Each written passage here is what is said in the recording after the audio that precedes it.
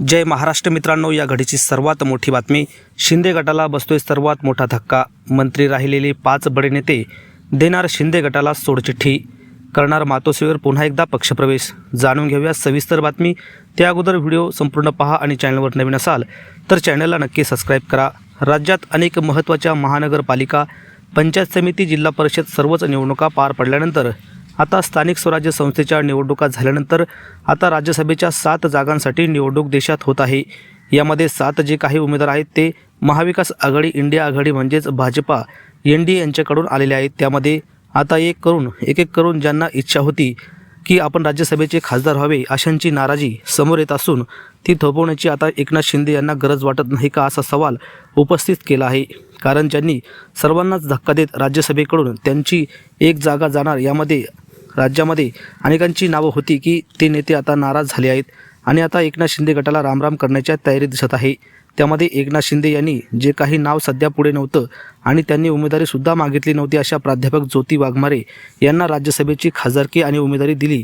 त्यामुळे आता शिंदे गटात उभी फूट पडण्याची शक्यता वर्तवण्यात येत आहे आणि 5 महत्त्वाचे बडे नेते हे गुवाहाटीपासून ते आतापर्यंत शिंदे गटासोबत एकनाथ शिंदे यांच्यासोबत राहिले होते ते आता नाराज झालेले आहेत आणि ते लवकरच राजीनामा देऊन पुन्हा एकदा चोक्रेही म्हणजेच उद्धव ठाकरे यांच्याकडे जाण्याची चर्चा आहे.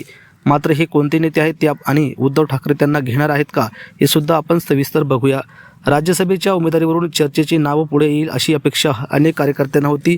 तसे न झाल्यामुळे असे अनेक बडे नेते नाराज आहेत. त्यामध्ये पहिलं नाव म्हणजे अडसूळ कुटुंब. आनंदराव अडसूळ बाळासाहेब ठाकरे यांच्यापासूनचे 5 ते 6 वेळा झालेले खासदार होते. त्यांनासुद्धा आता राज्यसभेत खासदार मिळावी अशी इच्छा होती आणि तो शब्द एकनाथ शिंदे यांच्याकडून घेतला होता, परंतु तो शिंदे यांनी पूर्ण केला नाही अशी जाहीर टीका अडसूळ यांनी केली आहे. तर दुसरं महत्त्वाचं नाव मुंबईतून राहुल शेवाळे हे देखील खासदार राहिलेले आहे आणि मुंबईतील एका मातब्बर नाव म्हणून ते ओळखले जातात.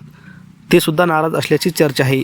त्यांनी जर शिंदे गटाला सोडचिठ्ठी दिली तर मुंबईतलं राजकीय समीकरणे बदलू शकतात.